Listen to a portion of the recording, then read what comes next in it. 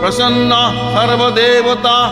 ॐ ह्रीं ब्रह्माणि ब्रह्मलोके च वैकुण्ठे सर्वमङ्गला।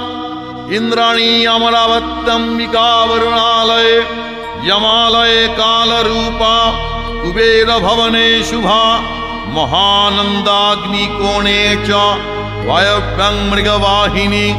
नैऋत्यां रक्तदन्ता च ऐशान्यां शूलधारिणी। पतले वैष्णवी रूपा सिंहले देवमोहिनी। शुरसा च मणिदीपे लङ्कायां भद्रकालिका। रामेश्वरी सेतुबन्धे विमला पुरुषोत्तमे। विरजा औड्रदेशे च कामाख्या नीलपर्वते। कालिका वङ्गदेशे च अयोध्यायां महेश्वरी।